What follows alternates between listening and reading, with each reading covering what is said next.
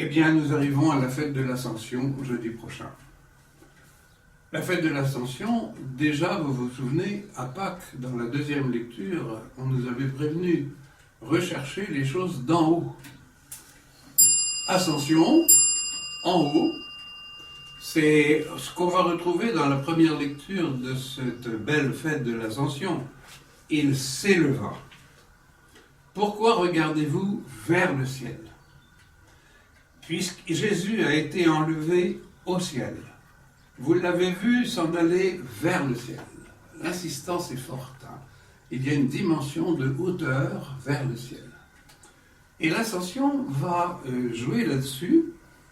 Les anges eux-mêmes, on retrouve les anges de Pâques, les deux anges avec le vêtement blanc, et la nuée, qui rappelle la transfiguration et donc toute la dimension divine de cette fête et de cette célébration.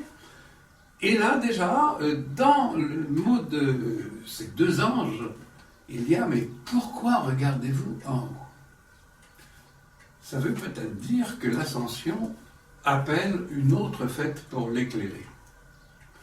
En fait, je vais vous dire, l'ascension, c'est une autre manière de célébrer Pâques. Vous vous souvenez, à Pâques, on a fait un mémorial, comme on dit. Tu as connu la mort dans son histoire, tu es ressuscité dans le présent, et tu reviens encore pour nous sauver. Et nous avons là toute l'itinérance de Jésus, et de son enfance à sa mort, jusqu'aux femmes qui viennent, et pourquoi regardez-vous le tombeau, il est ressuscité. Et c'est une manière pour nous, chrétiens, qui croyons essentiellement à Jésus, vrai Dieu, vrai homme, ressuscité. C'est pour nous une belle manière, chrétien, de nous souvenir qu'être chrétien, ça va jouer sur deux types de tableaux, si on peut dire, sur deux types de contemplation du Christ. Un premier type, c'est dans nos vies habituelles. Tu as connu la mort. Relire l'histoire, ce qui fait les événements. Actuellement, c'est le virus, mais c'est bien d'autres événements. Relire, qu'est-ce qu'on vit là-dedans, les choix qu'on pose, les décisions qu'on prend, techniques, politiques, sanitaires, écologiques.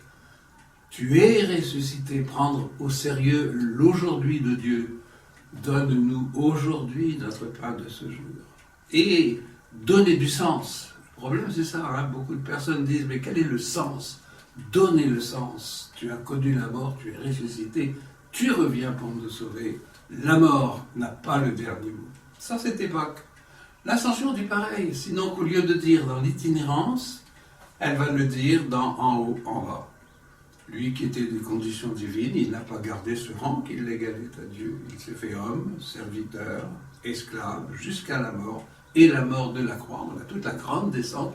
C'est pourquoi Dieu l'a élevé. Et nous avons là, dans cette fête, et l'itinérance qui nous permet de relire notre vie, et ce qui est très grave actuellement, parce qu'on n'en parle plus, que la vie, c'est pas seulement d'aimer les gens, de faire des associations, des mouvements et de l'écologie. C'est de dire, mais quelle est la source? Quelle est l'origine? Quelle est cette dimension transcendante? C'est important, ça. Voilà, et Jésus, d'ailleurs, dans sa dernière parole, c'est l'évangile de cette fête de l'Ascension, Jésus lui dira, voilà, baptisez-les, plongez, baptisez. Apprenez-leur l'itinérance, et moi, je suis avec vous tous les jours, jusqu'à la fin des temps. Superbe. Regardez un peu. Jésus, même enfant, dans les bras de sa mère. Regardez le geste qu'il fait. Il montre en haut. Lui qui était de condition divine, s'est fait homme, ressuscité, il est en haut à la droite du Père. Bonne contemplation de cette fête de l'Ascension.